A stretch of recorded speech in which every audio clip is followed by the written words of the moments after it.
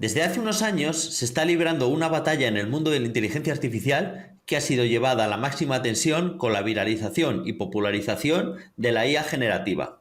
A estas alturas todos hemos oído hablar de ChatGPT o de BART.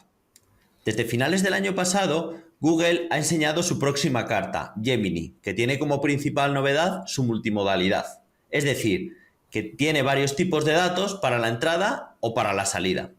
En este episodio hablaremos sobre Gemini y los modelos multimodales. Y para ello contamos con un invitado muy especial, Raúl Pérula, responsable de estrategia de inteligencia artificial en Paradigma. Hola, Raúl.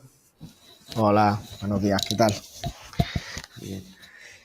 A mi lado, como siempre, está el gran Óscar Ferrer. Hola, Óscar. Hola, muy buenas. Yo soy Tomás Calleja, esto es Cómo conocí nuestro cloud, dentro intro y empezamos. Estás escuchando Cómo conocía nuestro cloud, un podcast en el que hablaremos sobre Google Cloud y cómo sacarle el máximo partido a los servicios que ofrece, de una manera imparcial y amena. Bueno, pues bienvenidos a un programa más y muchas gracias, Raúl, por dejarte engañar, ¿vale? Para que los que no sepáis, Raúl se ha incorporado hace poquito a Paradigma y ha sucumbido al engaño de venirse a hablar, ¿vale? Sobre todo, pues, de su tema principal, ¿no? De inteligencia artificial. Y hoy vamos a hablar un poquito, como nos contaba Tomás, sobre Gemini. La verdad es que las noticias en el mundo de inteligencia artificial están súper interesantes, está siendo muy culebrón. La salida de OpenAI con ChatGPT y cómo atacaba el negocio principal de Google con el buscador y la publicidad. Google saca BART sobre un modelo que se llamaba Palm. Hubo cierta polémica de si estaba a la altura o no, de si se ponían las pilas. Parece que va reaccionando, entonces ha sacado Gemini, ha habido mucho hype. Y bueno, pues hoy estamos aquí un poco para justo hablar de ese último modelo de Gemini y bueno, pues comentar cómo está Gemini, cuáles son lo que ha traído de nueva Gemini, si está o no a la altura, ¿vale? Que hay mucho tema con eso de si hay un benchmarking que es superior a GPT o por ahí. Entonces, bueno, por empezar a hablar y pues si hay algún despistado aún, Raúl, cuéntanos, ¿qué es Gemini? Bueno, pues Gemini al final es eso, es digamos la propuesta de Google para hacerle frente a OpenAI y a Microsoft, al final a esa alianza también que tienen entre ambos y que lo que buscan es, digamos, hacer algo diferencial para poder tener un modelo donde más allá de chatbot conversacional o un modelo conversacional donde se pueda tener una interacción pues, en lenguaje natural, pues podamos tener una interacción mucho más, pues mucho más completa, ¿no? Y sobre todo multimodal, ¿no? Aquí lo que se está buscando ya es unificar lo que llevaban también durante muchos años gestionando como modelos cognitivos, ¿no? O servicios cognitivos y empezar a tener un modelo, pues, como dirían en El Señor del Anillo, uno para gobernarlos a todos, ¿no? Al final es la idea de separar un poco esos modelos que han ido explorando y que tenían muchas dudas, sobre todo por temas de privacidad, por temas de seguridad. Por eso han tardado también un poquito más y han estado un poquito más rezagados en el caso de Google, pero al final lo que han hecho es un modelo factual, que es una de las grandes características que tiene el propio modelo, y sobre todo multimodal, ¿no? Que pueda tener pues una entrada de texto, imagen, vídeo, audio, incluso código de programación, ¿no? Que pueda ser multiuso y que pueda estar relacionado con los diferentes ámbitos o casos de uso que bueno, nos vamos encontrando en el día a día. Tengo yo, la verdad es que me surge una primera pregunta que siempre me la hago, pero hablas de diferentes modelos, ¿no? Y de agruparlos todos en uno más. Y yo tengo la primera duda de qué va a pasar con aquellas APIs que hacían un grab, ¿no? De esos modelos de visión, de esos modelos de NLP y demás. Ahora que parece que estos modelos son uno para todos, ¿no? Una herramienta una navaja suiza, ¿no?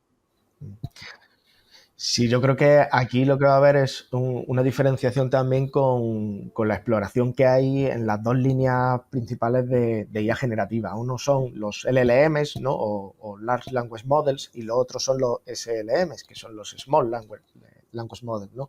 Ahí sí que va a haber una diferenciación y yo creo que por eso tanto ChatGPT con sus diferentes versiones, ¿no? 3.5 o 4, pues Gemini va a ser algo similar, ¿no? La estrategia de Google está a tener diferentes tamaños, diferentes modelos que nos puedan dar, bueno, pues diferentes funcionalidades, ¿no? Al fin y al cabo. Sí es cierto que Gemini está entrenado para ser un todo en uno, para poder tener esa multimodalidad desde su inicio, desde su nacimiento, pero sí es cierto que al final ese tipo de servicios se van a tener que poder utilizar de manera independiente.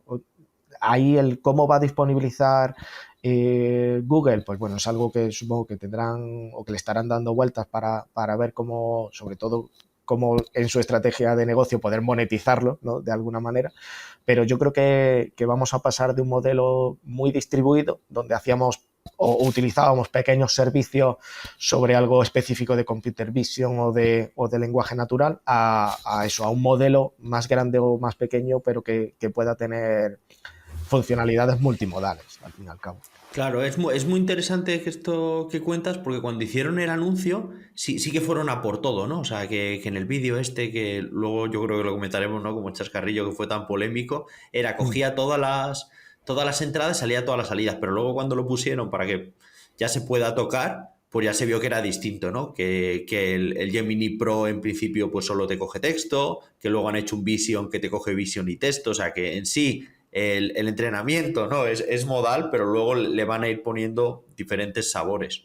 Todo esto, claro, unimos al otro tema que es el de la huella de carbono, ¿no? De estos modelos también consumen y que tampoco tiene sentido, ni tampoco hay GPUs para todos, ¿no? De que siempre estemos usando el modelo más avanzado para todo. Sí, ahí hay varios, o sea, al final sí que el mercado se está seccionando en diferentes casos de uso, ¿no? Y uno de los que más polémica está generando también es el tema de la generación de código, ¿no? De programadores que puedan ayudarse de este tipo de, ahora los llamamos copilotos, pero al fin y al cabo son este tipo de modelos para ayudarnos o para asistirnos, ¿no? Al final son asistentes que nos ayudan a poder programar mejor, a poder hacer alguna tarea de manera más óptima que la haría pues una persona con un conocimiento básico o con un conocimiento experto, pero que quiera hacerlo más rápido, ¿no? Ahí sí que es cierto que en nuestro, por ejemplo, en nuestro ámbito, ¿no? Dentro del desarrollo de software, pues por ejemplo, Gemini se diferencia con toda esa parte de ese nuevo sistema de generación de código, que es un entrenamiento particular y que ya pasó con GPT-4, ¿no? OpenAI también hizo un esfuerzo bastante grande para intentar mejorar, bueno, el benchmarking en general, pero ciertos aspectos en particular, como podía ser pues, operaciones matemáticas o generación de código fuente, que al final son dos tareas que como modelos de lenguaje no son características de base, de facto, por ejemplo, pero sí que se pueden complementar y sí que se puede entrenar estos modelos, al final es un modelo de capas, pues ciertas capas con esas particularidades o a costa de intentar mejorar, ¿no? Pues la capacidad de entender, sobre todo, ¿no? Porque al final este tipo de modelos, no olvidemos que tiene una parte de NLU, que es la de entendimiento, y una parte de NLG, que es la de la propia generación. Esa parte de NLU está intrínseca, parece que no la vemos, porque en todos los sistemas tradicionales sí que estaba bien diferenciada, pero ahora, para que esa capa de generación de lenguaje sufra menos alucinaciones, tenga menos obviamente menos dispersidad en lo que es la contestación, pues sí que hay un entrenamiento mucho más concreto para intentar evitar esos problemas que venían en los modelos anteriores. Genial.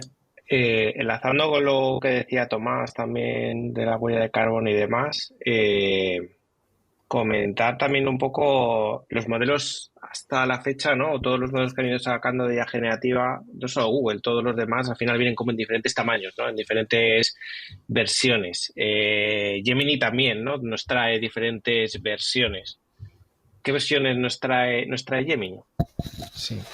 Bueno, aquí hay que decir que yo creo que el máximo ganador también de este tipo de modelos sigue siendo NVIDIA. una de las empresas que al final está bueno, trabajando para todos, ¿no? Tanto para Google como Microsoft, como OpenAI o cualquier otra pequeña o gran empresa que esté gestionando o entrenando este tipo de modelos, pero sí, es una de las partes importantes y dentro de la estrategia de Google no olvidemos que siempre están los dispositivos, ¿no? Al final no es solo un portátil o un ordenador de sobremesa, sino que ellos tienen teles, tienen móviles, tienen Chromecast, tienen muchos dispositivos con mucha dispersidad, digamos, en tamaños y en capacidades tecnológicas que yo creo que es algo que les motiva, ¿no? a tener este tipo de diferenciación.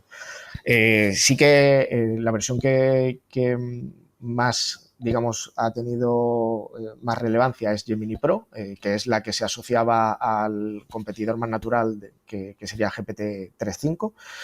Ahí la primera aplicación era en Google Bard. La idea es que Google Bard como aplicación, no como modelo, sino como aplicativo que pueda utilizar cualquier usuario final, lo que se asemejaría a un chat GPT como tal, pues sí que es el modelo que tiene pinta de que va a sustituir al que ya incluía, que era, como ya habíais dicho, Palm o Palm 2. Y ahí ese Gemini Pro va a ser el que esté sobre todo en multilenguaje, en diferentes países disponible, y yo creo que va a ser el primero que va a llegar al público masivo, ¿no? O general. Claro, porque aquí hay un punto importante que es, bueno, el tema de que ahora estamos en una guerra, ¿no? Estamos todos a ver quién gana, a ver quién se queda con el pastel, pero cuando termine este hype y ya no, y alguien empieza a mirar cuánto dinero se puede echar en la chimenea para correr, no para ofrecer servicios gratuitos, va a cambiar el tema. Y entonces yo creo que ahí Google lo que está viendo es, oye, no tanto importa ser el mejor, sino importa el poder sostenerlo. Porque, bueno, se cuentan cosas, ¿no? Que hay modelos que antes iban muy bien y ahora empiezan a ir un poco peor, ¿no? Y seguramente sea pues porque estén usando modelos más pequeños, porque el largo para que todo el mundo lo use en su día a día y use un supermodelo para decirle, hey, cuéntame un chiste sobre vikingos, pues a lo mejor no es lo más óptimo ni sostenible, ¿no? Y de hecho ha habido en la historia muchos servicios que eran buenísimos, pero que por el coste o por el pago que al final se tenía que hacer no se han impuesto. Totalmente. Sí, además es lo que ya hemos visto con GPT-4, ¿no? Al final es un modelo que ha aprovechado para reducir costes de los modelos como 3.5, pero que en Gemini va a pasar lo mismo, ¿no? Yo creo que Gemini Ultra, que es el modelo, digamos, tope de gama, por decirlo de alguna manera, es el competidor más razonable para un GPT-4 y donde se ha visto que todos esos benchmarks donde se superan supuestamente el uno al otro, ¿no? En este caso Gemini Ultra superaría, según los resultados que publica Google, obviamente, pero a ese GPT-4 en diferentes multimodalidades, ¿no? No solamente en la parte textual, por decirlo de alguna manera, y que parece que se va a convertir en el servicio pues un poco más pro para, pues tanto para servicios profesionales donde requiera digamos unas particularidades de mayor complejidad, sobre todo tanto en el lenguaje como en el análisis, como en ciertas operaciones por ejemplo, un agente virtual, y que posiblemente pues comercialicen también en su aplicativo, ¿no? En Bard, ¿no? Como unas características pro o adicionales o advanced o similar que sea pues de pago, ¿no? Digamos, no de disponibilidad general, sino algo más exclusivo, por decirlo de alguna manera. Sí, comentabas además también, ya por terminar el repaso de versiones, ¿no? Cómo Google también tiene su división de hardware y también tiene foco ahí, ¿no? Con la gama Pixel, la gama Nest y demás. Y tienen también la versión Nano, la versión más pequeñita de este modelo, que justo está pensada para ir directamente, trabajar en local, ¿vale? Con las CPUs y chips que tienen los dispositivos. Y que no tengan necesidad de conexión a internet, ¿no? Algo que también, por cierto, está trabajando Apple, que las últimas semanas se habla mucho de ese tema también, ¿no? De que Apple está trabajando en ese tipo de aproximación para los iPhone y demás, iPad y compañía. A ver qué tal funciona. Hay una cosa de esto que me llama mucha atención. Hubo mucho revuelo bueno, mucho revuelo. En este mundillo nos gusta mucho armar revuelo. Con el tema de cuando se hizo el benchmarking, ¿no? Porque realmente es como que Google presentó Gemini, no estaba muy claro las versiones todavía, pero acaba de lanzarlo y el benchmarking del que presumía es el Ultra, que justo el Ultra fue el que no está disponible.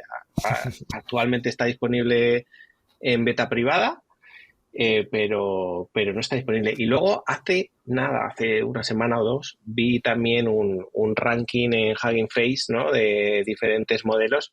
Me llamó mucho la atención que seguía primero GPT-4, pero vamos, a nivel de puntuación casi exactamente que el segundo, que era Google, pero curiosamente ponía Gemini y BART, ¿vale? Y si luego buscabas Gemini, estaba un poquito bastante más abajo. Entonces me llamó mucha atención el azúcar que recubre BART para que luego los benchmark cubra la papeleta. Y claro, que yo entiendo que todo el tema de búsquedas por internet y demás, todo eso hace que suba puntos, pero me llamó mucho la atención el azúcar que tiene por encima BART sobre el propio modelo del LLMs.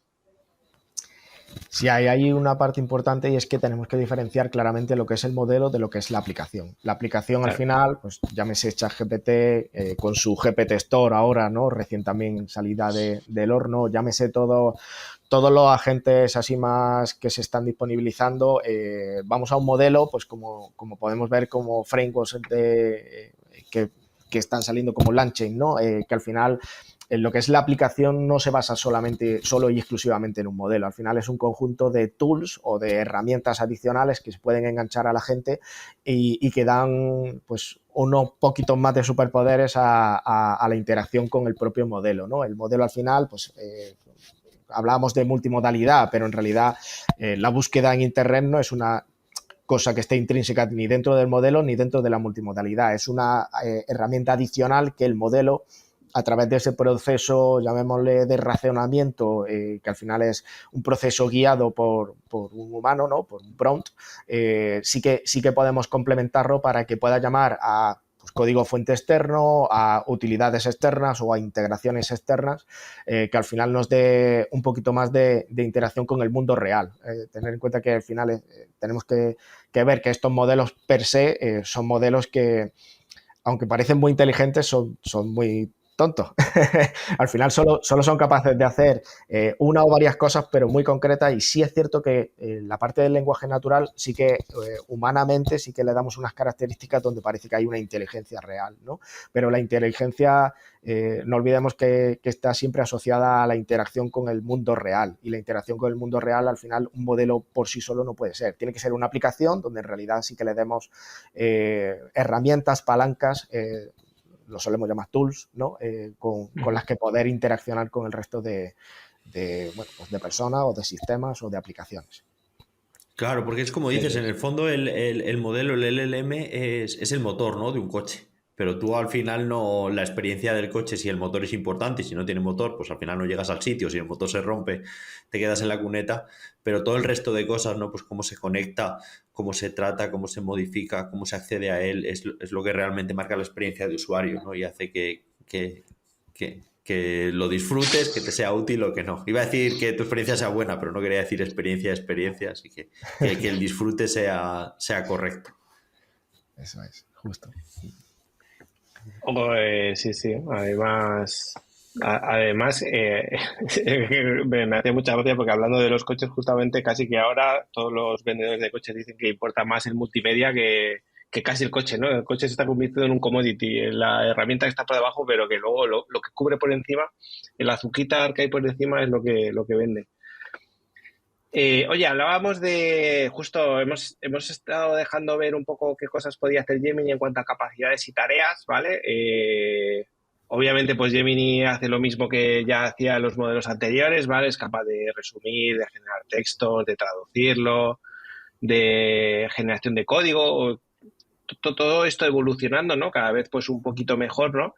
Pero sobre todo hablarnos un poco, Raúl, de cuáles son las nuevas capacidades que sí que antes no tenía y ahora sí que tiene, ¿no? Hablando de toda esta parte multimodal y demás. ¿Qué se puede hacer ahora con la multimodalidad? Pues ahora lo que podemos es, sobre todo, interaccionar con cualquier archivo multimedia, ¿no? Al final, esa multimodalidad lo que nos da es estar en una reunión y que el modelo pueda hacer una transcripción, por ejemplo, del propio audio, ¿no? Y convertirlo a texto y poder utilizarlo. O podemos hacer una traducción simultánea, que antes había que hacer un preprocesamiento, hacer la traducción y aplicarla como tal, ¿no? En ese sentido, sí que, bueno, y seguro que habéis visto, ¿no? Las noticias estas, por ejemplo, de la empresa, de la startup, que sacó una especie de pin, ¿no? Que te podías poner y que te ofrecía, pues, ciertas características relacionadas con este tipo de modelos que estaban, pues, principalmente relacionadas con el audio o con la interacción por audio, pero que es de base en cualquier fichero multimedia. Es decir, si hablamos de un vídeo, pues estamos en las mismas, ¿no? Sí que podemos separar entre imágenes y audio, pero al final son los dos grandes, digamos, novedades que se puede hacer con este tipo de modelos, ¿no? Al final, con una imagen, lo que estamos si hablamos puramente de lo que es generación, pues lo que podríamos hacer es, a través de un texto, ¿no? Poder generar imágenes y viceversa. De una imagen poder sacar, por ejemplo, una descripción de cuál es su contenido. Estamos hablando de que la multimodalidad nos da también bicanalidad, ¿no? Ya no solo tenemos, por ejemplo, pues como decíamos antes, con un servicio cognitivo, ¿no? De reconocimiento de la descripción de una imagen, sino que ahora podemos tanto generar nuevas imágenes, tenemos esa capacidad, como poder analizar esas imágenes de manera bidireccional. Y sobre todo ahora, pues, bueno, Lumini, ¿no? Si hablamos de cómo está saliendo esa parte más específica de, bueno, no sé si llamarlo un Gemini en particular o similar, pero sí que ya estamos hablando de generación de vídeos, ¿no? De interacción con los propios vídeos de una manera natural, tanto por voz, tanto por texto, ¿no? O por un prompting que hagamos en lenguaje natural. Y ahí sí que estamos hablando de una interacción con este tipo de ficheros, ¿no? Yo, por ejemplo, he trabajado con sistemas de grabación de audio o vídeo, con sistemas de transcripción, pero ahora estamos hablando de que podemos hacer preguntas a un vídeo. Eso cambia un poco las reglas del juego, ¿no? Tú puedes tener, pues, desde el vídeo del Pocoyo hasta la película de Steven Spielberg, y poder tener, digamos, una interacción con ese vídeo, ¿no? Diciéndole, pues, oye, sácame solamente el frame donde sale el dinosaurio, o donde le enseña, o sácame un clip de vídeo que sea solamente donde se enseña algo en particular, ¿no? Estamos hablando de que esa multimodalidad nos aplica a poder mejorar hacia el fin general, que es esa IA general, esa inteligencia artificial general que se está buscando, ¿no? Y que ya Meta, por ejemplo, sabemos que han cambiado un poco han pivotado, ¿no? su ritmo para ir a eso, y que lo que nos da es una mejora del razonamiento, al fin y al cabo, ¿no? De cómo poder interaccionar con cualquier elemento multimedia de los cuales solemos estar acostumbrados, y que en algún momento, pues, veremos al Netflix de turno y decirle, pues, no solamente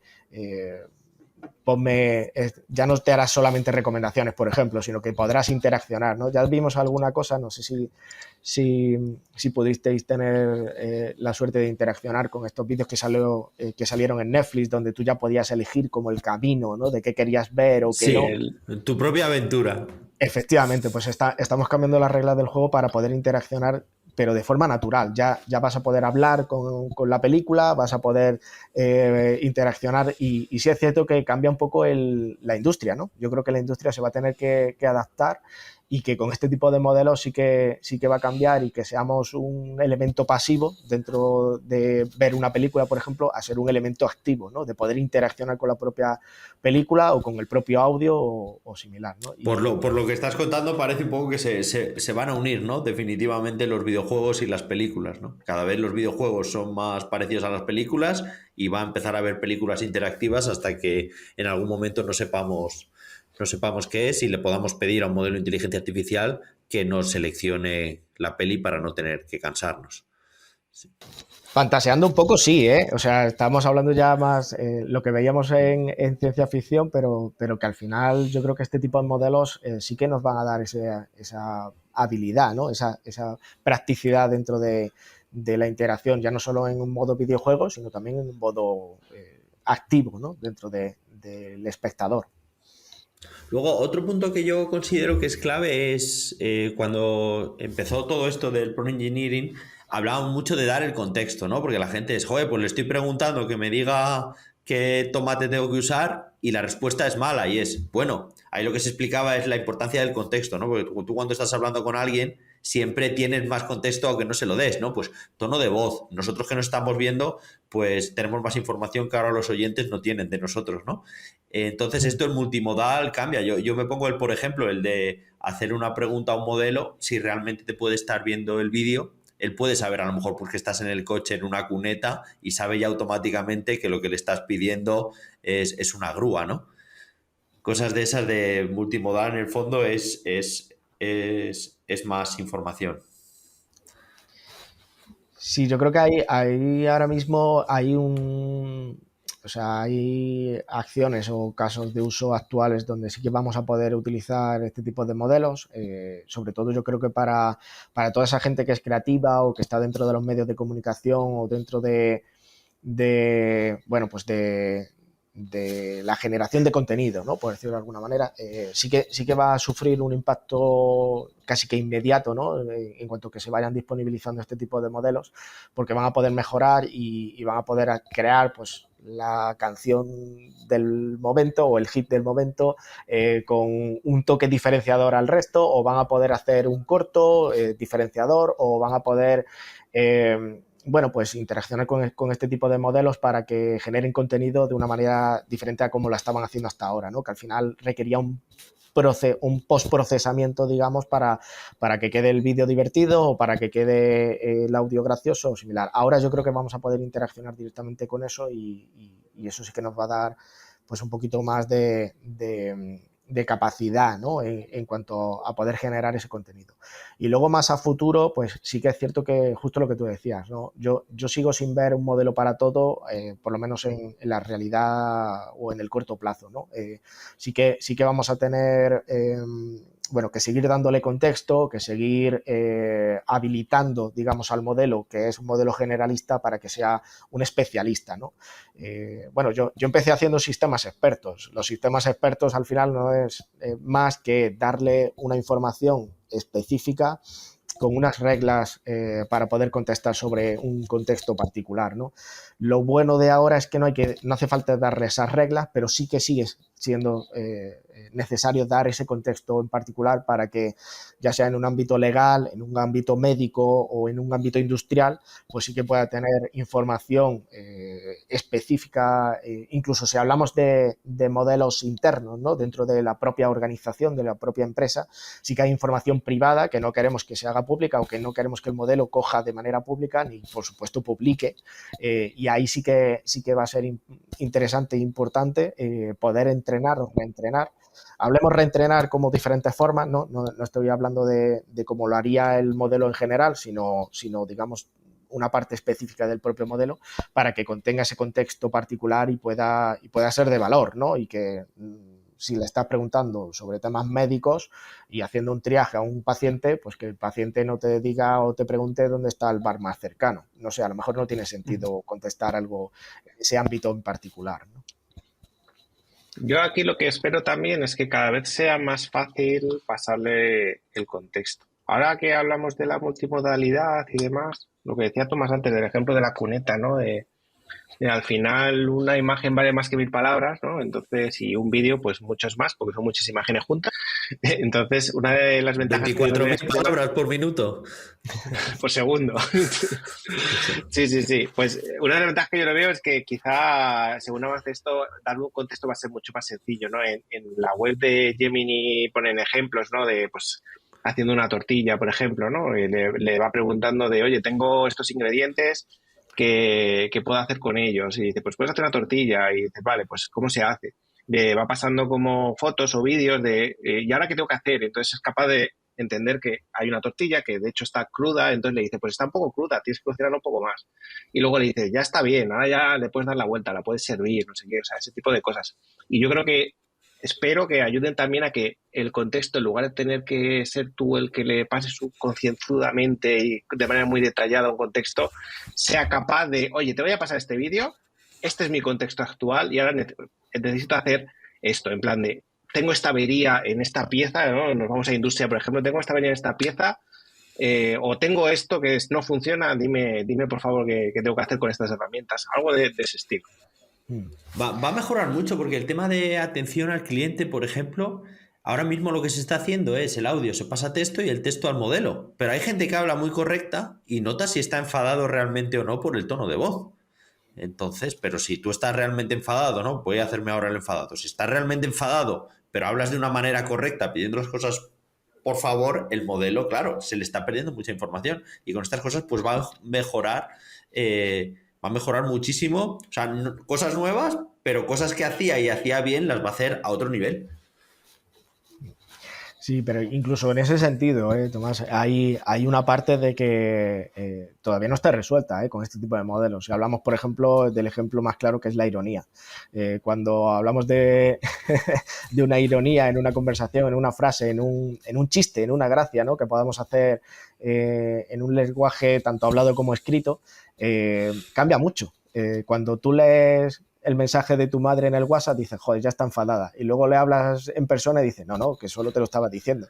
Entonces, totalmente. nosotros ponemos el tono, es algo que lo hacemos de manera casi automática, ¿no? Y nos pasa cuando leemos, ¿no? El modelo no tiene de momento esa capacidad. Sí que va a tener esa capacidad y yo creo que en algún momento esa multimodalidad será o estará asociada pues, a los asistentes como pues, Google Assistant, Alexa o similar, donde ya se le mete una pantalla, se le mete una cámara y se le mete un micrófono y un altavoz, ¿no? Ya estamos hablando de que en algún momento esa multimodalidad va a estar presente porque te esté viendo, porque te esté analizando y porque según cómo tengas la cara y si estás de verdad enfadado o no, pues de verdad podrás complementarlo a la información de que si también en el tono en el que estás hablando estás enfadado o no. O sea, será información extra que se podrá ir combinando en parte y que dará lugar a que la interacción sea de verdad mucho más natural o mucho más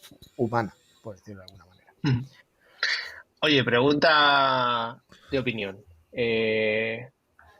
Tenemos a toda la gente diciendo que la IA generativa es the next big thing, ¿no? O equivalente, cada uno dice su historia, a la revolución industrial, a la aparición del PC, a X, ¿vale? Al fuego, sí.